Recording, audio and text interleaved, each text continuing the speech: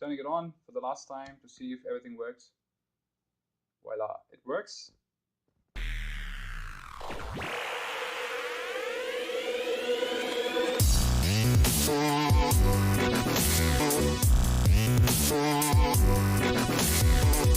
What's happening, guys? This is Emily for MStack blog, and today we will be unboxing a new item. And as you can see from the picture, what we have is Odroid, and in specific, this item is called Odroid-Go. So for those of you guys who don't know what Odroid is, it's a series of products which comes from a company called Hardkernel, which is based out of South Korea, and they manufacture Linux-based embedded single-board computers.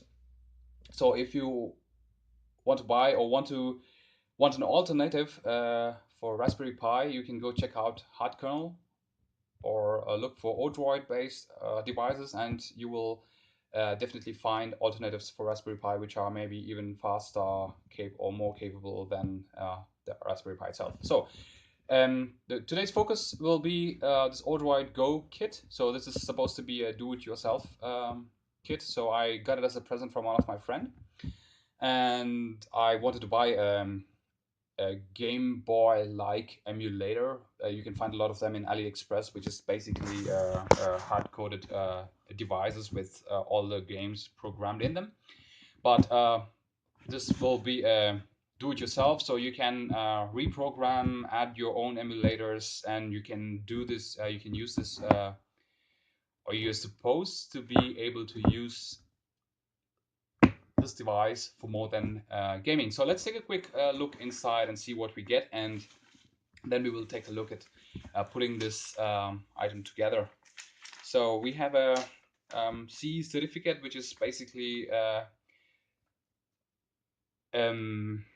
certification for Europe-wide certification system, which tells that the device that you're buying is covered by the regulation set by the company for using the radio channel, so which is basically the Wi-Fi and other wireless communication systems. So inside the box itself, we have a lot of components. So here we have a battery.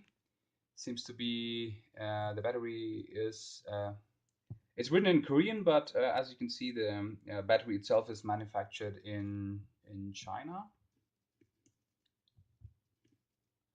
I'm not sure if I can get it on focus.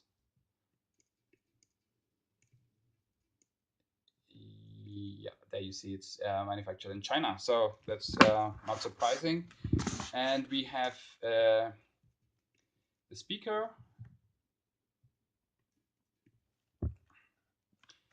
and we have a micro USB cable,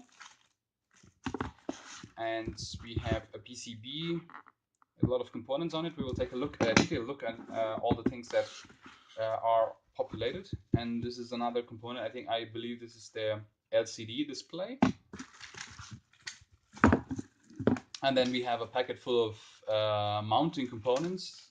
It looks like a case, and all the other buttons and stuff that you put it together. So that's it in the box.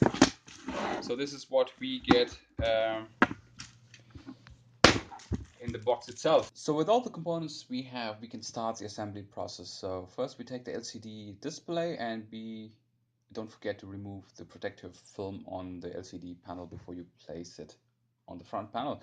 And of course you would also need a Phillips screwdriver to screw all the components in. Included in the bag you have sufficient number of screws, so if you lose few, you don't have to worry. Once you break off all the buttons from the panel, you can place them in place. The slider switch goes onto the side of the front panel, and the included rubber membrane and the direction and the A-B keys go in place. It's hard to mix them up, so you don't have to worry that you put it in the wrong location, and you have to place all the membrane switches before you put the PCB itself. And also included is the screen protector, which will have to be glued onto the front panel, but you don't have to glue it at this point. You can do it at as the last step. So we will put this aside, and then we will start with the rest of the assembly process. So if you take the LCD panel, once you remove the film, of course you flip it such that the ribbon cable is on the right side, and then you can press the LCD, the TFT panel, onto the front panel with the help of hooks, and be careful not to put a lot of pressure. It might break the LCD display.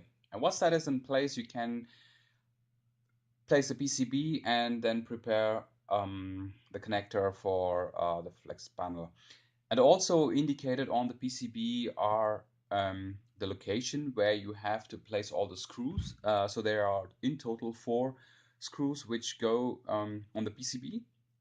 And once you mount the PCB using these screws, you can put together all the other remaining components. So insert the flex panel. To do that, you have to remove the plastic notch on the connector, insert the cable, and then put the plastic notch back, and this will secure the film in place. And then the next step is to include the battery and the speaker connector. They have their own connection ports which are labeled on the PCB, so you can't mix it up. And once that is done, you can rest of the screws and into the panel, and then you have the console almost ready to use.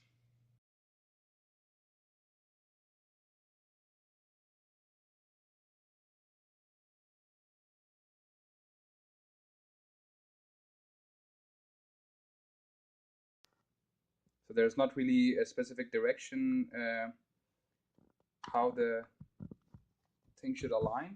So you can put them in either way, but just make sure that the glue is on the bottom side, so it sticks to the case.